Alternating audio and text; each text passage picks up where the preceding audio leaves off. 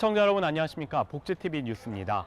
제37회 전국장애인체육대회가 충북 충주시에서 성황리에 펼쳐진 가운데 지금 제가 서 있는 이곳은 바로 충주종합운동장인데요. 이번 대회는 전국 17개 시도에서 선수와 임원 등 8,500여 명이 참가한 가운데 역대 최대 규모로 치러졌습니다. 26개 종목에서 경기가 열렸는데요. 이 개막식과 경기 이모저모 정두리 기자가 전합니다. 세계 각국이 참가하는 장애인 올림픽도 올림픽대 뒤에 열리는데 우리는 장애인체전을 전국체전보다 먼저 개최한 것입니다. 충청북도가 자랑하는 장애인 먼저라는 정신을 대한민국이 다른 나라보다 앞서 실천했다는 자부심을 우리 모두 가져도 좋다고 저는 생각합니다. 지난 15일 개막해 19일까지 충주시를 주 개최지로 충청북도 일원에서 펼쳐진 37번째 전국 장애인 체육대회. 이번 대회는 전국체전 개최 사상 처음으로 먼저 열린 전국 장애인 체육대회로 장애인 먼저라는 정신을 다시 세웠습니다. 17개 시도를 대표해 출전한 스포츠 스타들을 만날 수 있는 대회. 선수들은 대회를 통해 경쟁의 의미만큼 큰 스포츠 축제를 즐겼습니다. 처음에는 이제 재활 목적으로 시작하다 보니까 이제 사람이 운동을 하다 보면 욕심이 생기다 보니까 전문 체육하니까 뭔가 대표로 나오니까 자부심도 있고 또 명예가 또 있고. 모든 사람들이 이제 다 만나잖아요. 집에만 있으면 아무래도 좀 이게 장애인들은 나오기가 쉽지 않은데 이 체전 때문에 여러 사람을 볼 수 있으니까 그래서 이제 좀 설레요. 이게 만난다는 자체가. 대회를 함께 즐기고 만들어가는 지역 주민과 자원봉사자들에게도 전국 장애인 체육대회는 특별한 의미를 남겼습니다. 그냥 재미있더라고. 그리고 또 열심히 하시는 모습 보니까 좀 여러 가지 느끼는 게 많고. 한편 이번 대회에서는 개최 도시인 충청북도가 종합 우승을 차지했고 11연패를 기록했던 경기도는 2위로 물러섰습니다. 대회 MVP에는 사관왕에 오른 경기도 소속 펜싱 김선미 선수가 선정됐습니다. 복지TV 뉴스 정두리입니다. 제37회 전국장애인체육대회는 이곳 충주시 외에도 충청북도 6개 각 시군에서 26개 종목이 열렸는데요. 그중 청주시에서 열린 농구 경기장으로 가보시죠. 이재영 기자입니다. 골대를 향해 농구공이 들어갈 때마다 여기저기 환호가 터져 나옵니다. 제37회 전국장애인체육대회 남자 휠체어 농구 선수부 경기가 펼쳐지고 있는 청주체육관의 모습입니다. 이번 전국장애인체육대회는 충주를 중심으로 청주, 보은, 증평, 제천 등에서 경기들이 진행되었는데요. 특히 청주에서는 농구와 펜싱, 유도, 사격 등 9개 종목이 진행되면서 충주 다음으로 많은 선수들과 관계자들이 모여 열띤 경쟁을 펼쳤습니다. 경기는 치열하지만 경기는 경기일 뿐. 경기장 안에서는 서로 땀 흘리면서 싸우지만은 경기 끝나면은 형동생하는 사이이기 때문에 다치지 않고 최선을 다해서 경기했으면 좋겠습니다. 경기 결과를 떠나 목표를 향해 열심히 노력하는 선수들, 그들을 응원합니다. 복지TV 뉴스 이재현입니다. 다음 소개할 종목은 휠체어 럭비입니다. 휠체어 럭비는 남녀 구분 없이 각 팀별 4명의 선수가 휠체어끼리 부딪히며 펼치는 경기인데요.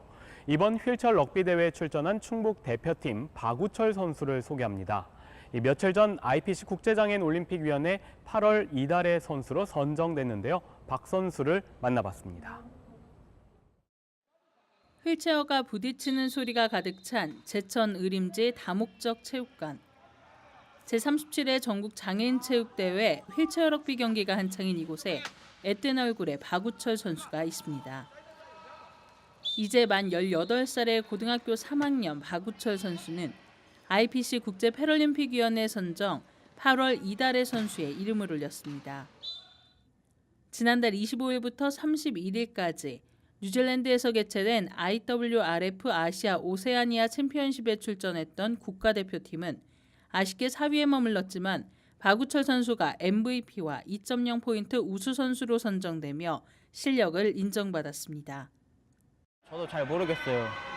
어떻게 뽑혔는지 되게 어떨떨하고 되게 영광스러운 것 같아요. 근데 처음에는 되게 재밌게 시작했거든요. 그래서 이게 되게 재밌는 경기구나 해가지고 시작하게 되었는데 이제 배우면서 박히면서 넘어지면서 그런 걸 이제 하나씩 배워간 것 같아요. 박우철 선수가 처음 휠체어 럭비와 인연을 맺은 건 14살. 먼저 운동을 시작한 누나의 추천 덕분이었습니다. 그때 경기 져가지고 그때 아마 서울팀이랑 경기하고 있었던 것 같은데 그때 30점 차? 그렇게 난 거예요. 그래서 되게 속상해가지고 뒤에서 울었던 기억이 나요. 지금은 이제 좀 아무래도 몸도 많이 올라오고 하니까 이제 자신감이 더 많이 생긴 것 같아요. 확실히 해외 경기도 많이 다녀오고 하니까 해외 선수들하고 이렇게 막 부닥쳐보고 하니까 이제 자신감이 더 생긴 것 같아요. 아무래도. 노력만큼 승부욕도 강했던 박우철 선수는 휠체어 럭비를 시작한 지 3개월 만에 국가대표로 선발됐고 2014년 인천 장애인 아시아 경기 대회에서 첫 국제 무대에 경험을 하며 지금은 어엿한 5년차 선수로 세상에 이름을 알리고 있습니다. 진짜 노력 많이 하는 선수고 뭐 학교 갔다 와서든 눈 뜰 때는 무조건 럭비 영상 틀어놓고 공부하고 또 지가 노력하고 왜냐면 저희가 근육병이기 때문에 남들보다 손에 힘이 많이 없거든요. 근데 그 부분에 있어서 많은 발전하려고 노력 많이 하는 선수예요. 5살에 찾아온 근위축증이 그에게 시련을 가져오기도 했지만 운동에는 큰 문제가 없다며 앞을 바라보는 선수. 국제 무대에서 가능성을 인정받은 박우철 선수는 더 넓은 기회를 기다리는 꿈 많은 18살 고등학생입니다. 올림픽 나가는 게 욕심이긴 한데 그러기 위해서는 경험이 가장 중요하거든요. 대회를 많이 나가고 해야지 경험도 쌓고 하는데 뭐든지 한번 경험해보고 싶어요. 아직 나이 어리니까 다 해보고 뭐에 나한테 제일 적성이 맞는지를 선택해서 한번 그걸 쭉 해보고 싶어요. 복지TV 뉴스 정두리입니다. 제37회 전국장애인체육대회가 막을 내린 가운데 2018 평창 동계패럴림픽이라는 국제대회를 앞두고 있는데요. 특히 이번 전국장애인체육대회는 하계 종목에 출전하는 선수가 동계 종목에도 출전을 하는 경우가 있습니다. 하계 동계 종목에 모두에서 아름다운 도전을 펼치는 선수들을 정두리 기자가 소개합니다. 2018 평창 동계패럴림픽을 준비하는 국가대표 선수들이 전국 장애인체육대회에서 오랜만에 하계 종목에 출전한 모습을 보여줬습니다. 2016 리우 패럴림픽 도로레이스 은메달리스트에서 평창 동계패럴림픽을 준비하는 노르딕 스키 국가대표로 변신한 이도현 선수는 친정 사이클을 찾았습니다. 도로 독주에 나서 금메달을 목에 걸며 녹슬지 않은 실력을 과시한 이도현 선수. 코스도 좋고 일단은 국제 너무 이렇게 힘들다 보니까 국내는 즐기는 게임을 많이 해요. 어디가 더 힘드냐? 근데 답은 거의 이제 어디가 힘들까? 지금 내가 사이클 있으면 사이클 더 힘들었고 동계 있었으면 동계 더 힘들었거든요. 근데 결론은 두 개 다 힘들었어요. 아무래도 이게 제가 여기 사이클 쪽에 더 해왔기 때문에 사이클 더 욕심내서 더 해보고 싶다 그런 욕심은 있고요. 동계는 어차피 이게 시작했으니까 차근차근 해서 앞을 보고 더 열심히 해보자는 생각도 있고 근데 사이클은요 더 마음이 가요. 오랜만에 찾은 국내의 경기에서 받은 응원으로 힘을 얻어간다는 이도현 선수는 신인의 자세로 돌아가 동계 종목 국가대표로 차근차근 평창을 준비하고 있습니다. 힘들어요. 진짜 많이 넘어져요. 넘어져서 눈에도 처박혀봤어요. 그러면 혼자 장비 풀리고 다 헤쳐나오고 막 많이 넘어져요. 사실 자신은 없어요. 특히 뭐 등수 그건 더욱더 자신은 없지만 그래도 창피하면 안 당하고 싶어요. 진짜 제대로 된 자세로 제대로 훈련해서 그래도 꼴등이 아닌 내 실력이 얼마인가 한번 테스트는 해보고 싶지만 그냥 대충 하기 싫어요. 그래 너는 사이클만 잘하지 여기는 별 볼 일 없어. 그런 소리 솔직히 듣기 싫어요. 육상 필드 경기가 펼쳐진 충주 종합운동장에서는 스노우보드 국가대표로 바쁜 일정을 보내고 있는 김윤호 선수가 포항과 원반 던지기에 출전했습니다. 금이나 은을 바랬는데 동이 나왔네요. 하체 근육은 어느 정도 비슷하게 사용하는 것 같은데요. 이게 던지기는 일단은 상반신이나 이제 허리를 이제 많이 사용하고, 또 스노우보드 같은 경우에는 이제 거의 하체를 많이 사용하니까 엄연하게 따지면은 약간 다르죠. 평창에서 처음 정식 종목으로 채택된 스노우보드에 도전하는 김윤호 선수. 첫 정식 종목이자 홈에서 펼쳐지는 대회라는 부담에도 목표를 향한 강한 의지로 하루하루 훈련을 더해가고 있습니다. 부담감이 양쪽 어깨에 엄청나게 짓눌려져 있어서 키가 줄어들 정도로 무게감이 많이 있습니다. 마음속 깊은 곳에는 항상 갖고 있습니다. 메달 따도록 노력해야죠. 전국 장애인 체육대회에서 만난 평창의 국가대표. 하계와 동계 모두에서 아름다운 도전에 나선 선수들의 내일을 응원합니다. 복지TV 뉴스 정돌입니다.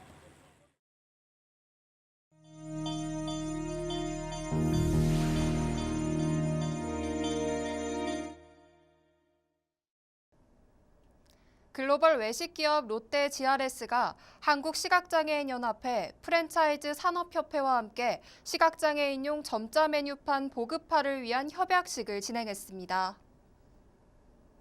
이번 협약은 인천 남구 인화여자고등학교 학생들이 시각장애인용 점자 메뉴판 보급화 정책을 제안하면서 구체화됐으며, 협의를 통해 고객과의 접점이 가장 높은 롯데 GRS가 시각장애인 복지 증진에 앞장서기로 했습니다. 이번 협약으로 롯데 GRS와 한국시각장애인연합회, 한국프랜차이즈 산업협회는 앞으로 점자 메뉴판 제작 홍보 등 보급화에 공동으로 참여하게 됩니다. 지난 12일부터 3일간 광화문 광장에서는 장애인 인식 개선과 문화 공감대 형성을 위한 자리가 마련됐는데요. 장애인과 비장애인이 예술인과 관객으로 만나는 장애인 문화예술축제 현장을 하세인 기자가 다녀왔습니다. 2017 장애인 문화예술축제가 함께하는 즐거움의 울림이라는 주제로 광화문 광장에서 열렸습니다. 지난 12일부터 14일까지 진행된 축제는 장애예술인들의 다채로운 공연과 전시가 진행돼 장애인과 비장애인, 예술가와 관객이 문화예술로 소통하는 자리를 가졌습니다. 특히 장애인 풍물에 대한 문화 공감대를 형성하고 장애인이 활발하게 풍물 활동을 할 수 있는 자리를 마련하기 위해 풍물 경연대회인 풍물 한마당을 진행했습니다. 우리 시각장애인들이 비록 장애를 가지고 나름대로 취미생활하고 이 광화문 광장에서 내 한평생 이런 축제를 이 축제를 참가한다는 게 얼마나 명예롭고 기쁘고 즐겁고. 아울러 축제가 열리는 동안 다양한 종류의 예술 시연과 장애예술인들의 작품이 시민들을 만났습니다. 직접 그림을 그려 만드는 나만의 컵 만들기, 말린 꽃을 이용한 카드 만들기, 장애인이 밑그림을 그린 가방에 관객이 색을 채우는 공감 디자인 체험 등 시민들이 직접 체험할 수 있는 자리도 마련했습니다.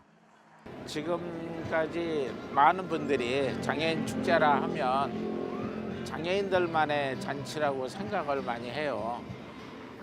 근데 사실상 우리는 뜻은 그게 아니거든요. 모든 이들이 함께 해줘야 우리 장애인 문화예술 축제가 빛이 난다고.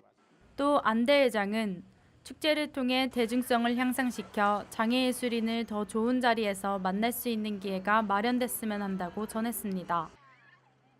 복지TV 뉴스 하세인입니다. 경상남도는 200억 원 규모의 소상공인 특별자금을 지원한다고 밝혔습니다. 지난 14일부터 시작된 이번 지원은 소상공인의 고용 촉진과 청년 소상공인의 창업 활성화를 통한 일자리 창출 등 소상공인의 경영 안정을 위한 목적으로 추진됐습니다. 자금 지원 기간은 자금 소진 시까지며 신청 대상은 도내에 사업장을 둔 소상공인 중 최근 6개월 이내에 신규 인력을 고용한 소상공인 또는 대표자가 만 34세 이하이면서 창업한 지 5년 이내인 소상공인입니다. 자금을 신청하고자 하는 소상공인은 경남신용보증재단 관할 지점에 신분증과 사업자 등록증 등의 구비 서류를 지참해 방문하면 됩니다. 인천시에서 매년 진행해오던 중증 장애인 생산품 전시 판매 행사가 올해도 어김없이 열렸는데요. 중증 장애인 생산품을 알리고 구매를 장려하고자 여러 장애인 생산품 업체들이 행사에 참여했습니다. 이명아 기자입니다. 사람들의 발걸음이 이어지는 이곳. 다양한 제품이 시민들의 눈길을 사로잡습니다. 지난 14일 인천광역시청에서는 중증장애인 생산품 전시 판매 행사가 열렸습니다. 이번 행사에는 장애인 생산품 생산시설 45개소가 참여했으며 장애인 생산품을 직접 경험해보면서 제품의 우수성과 다양성을 알리기 위해 마련됐습니다. 이날 행사장에서는 생활용품, 사무용품뿐만 아니라 다양한 먹거리와 곧 다가오는 한가위 선물 세트도 판매됐습니다. 복사용지 생산을 통해서 우리 중증 장애인분들도 일을 하면 소득을 올릴 수 있다라는 자부심과 자신감을 갖게 되었고요. 저희가 이런 홍보를 통해서 좀 더 많은 제품들을 소개해드리고 그 소개된 제품이 구매로 이루어져서 장애인분들의 소득 보장으로 이루어질 수 있도록 저희가 지금 노력하고 있습니다. 또한 부대 행사로는 시각장애인이 직접 해주는 안마 체험존과 무료 시식 코너를 운영하기도 했습니다. 우리 시에서는 중증장애인 생산품 전시 판매 행사를 추진해서 장애인 인식 개선과 그리고 일자리 창출에 많이 기여를 하고 있습니다. 인천시는 매년 진행되는 중증장애인 생산품 판매 행사를 통해 장애인 생산품을 알리고 장애인들의 직업 재활과 소득 보장에 앞장서겠다고 밝혔습니다. 복지TV 뉴스 이명호입니다. 계속해서 간추린 소식 전해드립니다. 한국장애인개발원 인천광역시 발달장애인 지원센터와 인천 발달장애인 자립생활센터는 발달장애인 옹호인 양성교육과 발달장애인의 권익을 위한 업무 협약을 체결했습니다. 이번 협약을 통해 두 기관은 발달장애인 개인별 지원계획 수립 지원, 발달장애인 옹호인 양성교육 공동주최 등 발달장애인을 위한 복지 서비스와 정보 등을 공유하고 발달장애인 권익을 위해 협력하게 됩니다. 제34회 부산 전국장애인 기능 경기대회가 오늘 오후 4시 부산 해운대구 백스코에서 개막해 나흘간의 일정에 들어갔습니다. 이번 대회에는 전국 17개 시도에서 386명이 참가해 가구 제작, 귀금속 공예, e스포츠 등 39개 분야에서 기량을 겨루게 됩니다. 또 대회 기간 동안 장애 학생 잡 콘서트와 다양한 체험 행사가 함께 마련될 예정입니다. 경북 자동차 전문 정비 사업조합 포항지회는 지난 14일 포항 종합운동장에서 시민과 교통장애인을 대상으로 자동차 재능기부 무상점검 행사를 진행했습니다. 이번 행사는 시민과 교통장애인을 위해 장애인 차량, 노후 차량 등을 점검하는 한편 차량 관리 요령 숙지를 통한 선진 교통문화 정착을 위해 마련됐습니다. 이날 1000여 명의 시민들과 교통장애인들이 행사장을 찾아 차량 무상 점검을 받았습니다. 이 밖의 소식은 장애인 신문과 웰페어 뉴스 홈페이지를 통해 확인하실 수 있습니다. 다음 코너는 발달장애인 진행자가 직접 방송 기사를 쉽게 만들고 참여하는 코너입니다. 안호준이 전하는 모두가 알기 쉬운 뉴스 함께 보시죠. 안녕하세요. 모두가 알기 쉬운 소식의 안호준입니다.